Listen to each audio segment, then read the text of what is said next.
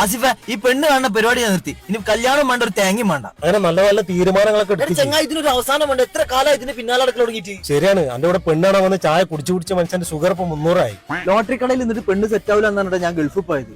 ഇപ്പൊ 2 മാസത്തെ ലീവിന് വന്നിട്ട് നീട്ടി 4 മാസമായി. എടാ പെണ്ണ് സെറ്റാവാത്ത അനക്ക് മാത്രല്ല, കേരളത്തിൽ ഈ അവസ്ഥയിൽ നെഞ്ചു നേരി ജീവിക്കുന്ന ആയിരക്കണക്കിന് യുവാക്കളുണ്ട്. ഇന്ന് നമ്മൾ 4 വീട്ടിൽ പെണ്ണാണ് പോയി. അതിന് 3 റിസൾട്ട് വണ്ടി കയറുമ്പോ തന്നെ തീരുമാനം. അവർക്ക് തന്നെ പറ്റാത്തതിന്റെ കാരണങ്ങൾ വെക്കുമ്പോഴൊക്കെ ചിരി വരില്ലേ? ആടോ ഞാൻ ചിരിച്ചപ്പോ പല്ല് കണ്ടതിന്റെ പേരിൽ ഒരു കാര്യം മാറി. ഓള് ചിരിക്കുമ്പോ പിന്നെ മുല്ലപ്പൂവല്ലേ ഒഴിഞ്ഞോകല്. പിന്നെ പറഞ്ഞ എന്റെ പെരേക്ക് വരുന്ന വഴി ശരിയല്ല. ഓളെ വരെയൊക്കെ നമ്മള് നീന്തിട്ടാവും പോയിട്ടുണ്ടാവും. എന്റെ കിണറ്റിലെ വെള്ളം ശരിയല്ലാണ്ടൊന്നും പോടും. ഓളെ വരയിലാണെങ്കിൽ കിണറന്നില്ല. വേറെ ഒന്നും പോണെങ്കിൽ എനിക്ക് വിദ്യാഭ്യാസം കുറവാന്നാണ്. ഓളാണ് 10ാം ക്ലാസ് തൊട്ട് വരെ ഇരിക്കണം. എന്തിന് ചെക്കന്റെ വീട്ടിൽ ആട്ടും കൂടെ ഉണ്ടെന്ന് പറഞ്ഞിട്ട് കാര്യം മുടങ്ങിയോടും. ഇനി ഇതൊക്കെ ശരിയാണെങ്കിലും മുടക്കാൻ വേറൊരു വില്ലൻ വരും. ജാതകം. ആ ബ്രോക്കർ വിളി തുടങ്ങി. ആ നായനാണ് ആദ്യം തല്ലണ്ടേ. ഇരിക്കണ്ട. എന്താ നമ്മൾ വിളിച്ചാൽ ഫോൺ എടുക്കാത്ത?